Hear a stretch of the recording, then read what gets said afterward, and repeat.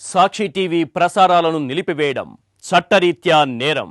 సాక్షి TV ప్రసారాల కోసం మీ స్థానిక cable ఆపరేటర్ను వెంటనే సంప్రదించండి. డిటిహెచ్లో ఇంటర్నెట్లో కూడా సాక్షి టీవీ ప్రసారాలను వీక్షించవచ్చు. ఇండియన్ బాక్స్ ఆఫీస్ ను షేక్ చేస్తూ ప్రపంచవ్యాప్తంగా భారీ క్రేజ్ సంపాదించిన బాహుబలి మళ్లీ థియేటర్లలో సందడి చేయడానికి సిద్ధమైంది. రెండు భాగాల్ని ఒకే సినిమాలో కలిపి రూపొందించిన బాహుబలి ది ఎపిక్ అక్టోబర్ 31, 2025న ప్రపంచవ్యాప్తంగా గ్రాండ్గా విడుదల కానుంది. ఈ స్పెషల్ వెర్షన్ విడుదలవుతున్న నేపథ్యంలో అభిమానుల్లో భారీ ఉత్సాహం కనిపిస్తోంది. విడుదలకు ఇంకా కొన్ని రోజులున్నా ప్రీ బుకింగ్స్ రికార్డులు సృష్టిస్తున్నాయి. కేవలం 24 గంటల్లోనే హైదరాబాద్, బెంగళూరు సహా పలు నగరాల్లో 61,000 టికెట్స్ అమ్ముడవటం నిజంగా ఆశ్చర్యకరమైన విషయం. దాదాపు 10 ఏళ్ల తర్వాత మళ్లీ థియేటర్లలోకి వస్తున్న సినిమాకు ఇంత అద్భుతమైన స్పందన రావటం తెలుగు సినిమా ప్రతిష్టను చాటుతోంది. ఇంకా అన్ని థియేటర్లలో బుకింగ్స్ పూర్తిగా ప్రారంభం కాలేదు.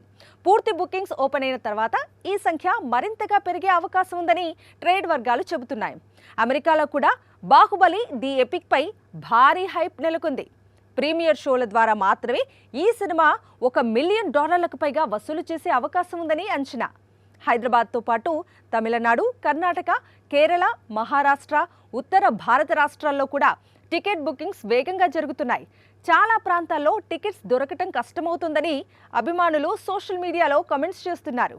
ఈ మూవీలో ప్రభాస్, రానా, అనుష్క శెట్టి, తమన్నా తమ పాత్రల్లో మళ్లీ కనిపించనున్నారు.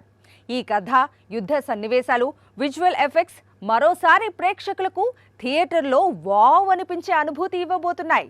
సంగీతం అందించిన కీరవాణి స్వరాలు మళ్లీ థియేటర్లను మారుమోగించనున్నాయి. ఈ వర్షన్ మొత్తం రన్ టైం సుమారు 3 గంటల 45 నిమిషాలు ఉండనుంది. బాహుబలి ది ఎపిక్ కేవలం సినిమా మాత్రమే కాదు, ఇది భారత సినిమా గౌరవాన్ని మరోసారి ప్రపంచానికి చూపించే అవకాశం.